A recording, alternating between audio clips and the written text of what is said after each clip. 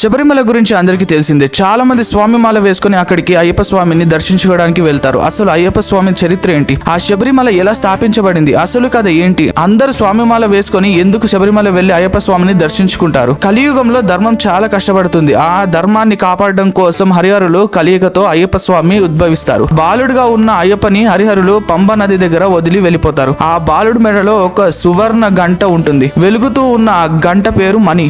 ఆ గంట కంఠం దగ్గర ఉంది కాబట్టి మణికంఠ అని పేరు వచ్చింది అని అంటూ ఉంటారు. ఆ వెలుగుకి అక్కడికి వేటకు వెళ్తున్న పాందాల రాజు రాజశేఖర ఆ బాలుడిని చూస్తాడు. ఇక్కడ ఈ అడవిలో ఎవరు వదిలేశారని చూస్తాడు, కానీ ఎవరు కనబడరు. మహాశివుడు ఒక ముని రూపంలో వచ్చి, నీకు పిల్లలు లేరు కదా, అందుకే ఈ బిడ్డని దేవుడు ఇచ్చిన బిడ్డలా చూసుకో అని అనగానే, అవును స్వామి, ఇది నా పరమేశ్వరుడే పంపిన బిడ్డ అని అంటాడు. ఆ బిడ్డని ఆనందంగా రాజు రాణి దగ్గరికి తీసుకెళ్లాడు. రాణి కూడా చాలా ఆనందపడి బాగా పెంచుకుంది. స్వామి వచ్చిన సంవత్సరంలోనే రాజ్యంలో ఎంత కళ ఇంకా మార్పు వచ్చింది. అప్పుడే రాణికి ఒక కొడుకు పుట్టాడు. అతని పేరు రాజరాజు అని పెడతారు. అయ్యప్ప గురువు వాళ్ళ కొడుకుకి పుట్టుకతో చూపు ఉండదు. తర్వాత అయ్యప్ప వాళ్ళ కొడుకుకి చూపుని ప్రసాదిస్తారు. ప్రజలందరూ అయ్యప్ప అని పిలిచేవారు. అయ్యప్పకి వయసు వచ్చాక రాజుగా పట్టాభిషేకం చేద్దామని రాజు అనుకుంటాడు. అది రాజు అందరికి సమ్మతమేనా అని అడిగాడు. అందరూ ఓకే అంటారు, కానీ ప్రధానమంత్రికి మాత్రం నచ్చదు. ఎందుకంటే అయ్యప్ప కాని రాజు అయితే తన ఆటలు సాగవని చెప్పి వెళ్లి రాణి దగ్గర, అమ్మ, మీ కొడుకు ఉండగా దత్తతకు తెచ్చిన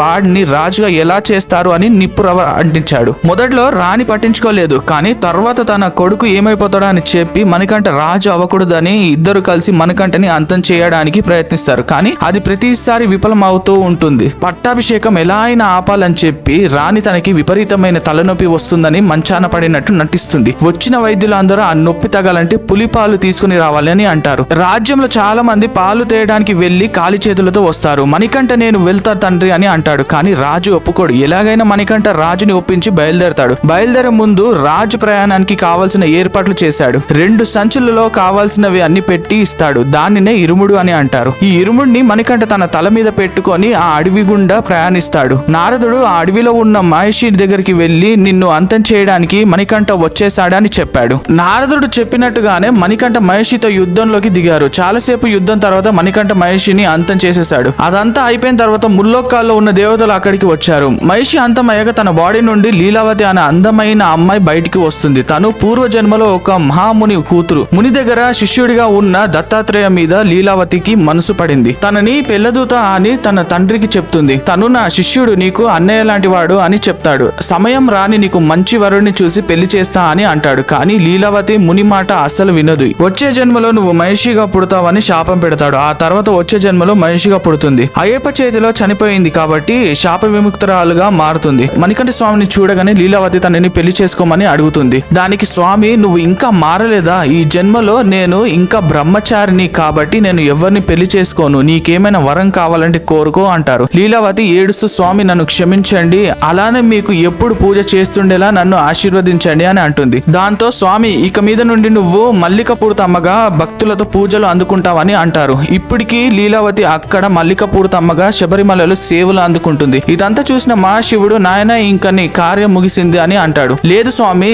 పులిపాలు తెస్తానని నన్ను పెంచిన తల్లికి మాటిచ్చా, అది పూర్తయ్యాక నేను ఈ అవతారం వదిలేస్తా అని అంటాడు. అప్పుడే ఇంద్రదేవతలు, నీ వల్ల లోకానికి శాంతి కలిగింది, అందుకే మేము నీ కోసం పులిగా మారతాం, దయచేసి వద్దు అనకు అంటారు. అది విని మణికంఠుడు నవ్వుకుంటూ ఒప్పుకుంటాడు. పులి మీద కూర్చొని రాజ్యానికి వెళ్తుంటాడు. పులి గుంపులో మణికంఠని చూసి రాజ్యం వాళ్ళు భయపడతారు. కోటకు వెళ్ళాక అందరూ చూస్తారు. రాణి ఇంకా ప్రధానమంత్రికి అర్థమవుతుంది మణికంఠ మామూలు వ్యక్తి కాదని. వాళ్ళని క్షమించమంటారు. నేను వచ్చిన కార్యం ముగిసింది, నేను వెళ్లాల్సిన సమయం వచ్చింది అనగానే మిగిలిన దేవతలు వాళ్ళ అవతారంలోకి వచ్చి వాళ్ళని ఆశీర్వదించి వెళ్ళిపోతారు. మీరు నన్ను అయ్యా అప్ప అని ప్రేమగా పిలిచారు, ఇక మీద నా భక్తులు నన్ను అయ్యప్ప అని ప్రేమగా పిలుస్తారు. నేను వేసిన ఈ బాణం ఎక్కడ పడితే అక్కడ నాకు మందిరాన్ని కట్టండి అంటాడు. అది చివరికి శబరిమలలో పడుతుంది. నన్ను మనస్ఫూర్తిగా భక్తితో మండలం అంటే 40 రోజులు మాల వేసి నిత్యం నన్నే తలుస్తూ నేను చెప్పిన 18 నియమాలు పాటిస్తారో వాళ్ళు కోరుకున్నది నేను ఇస్తానని మాయమైపోతాడు. స్వామి ఇష్టంతోనే రాజు అక్కడ గుడి కట్టి 18 మెట్లు కూడా రాజు కట్టించాడు. కానీ విగ్రహం పెట్టేటప్పుడు మాత్రం రాజుకి అది సరిగ్గా పెట్టడం రాలేదు. దాంతో అయ్యప్ప స్వామి పరశురాముడిని పంపి తన విగ్రహాన్ని ప్రతిష్ఠిస్తారు. అప్పటి నుండి అయ్యప్ప స్వామి శబరిమలలో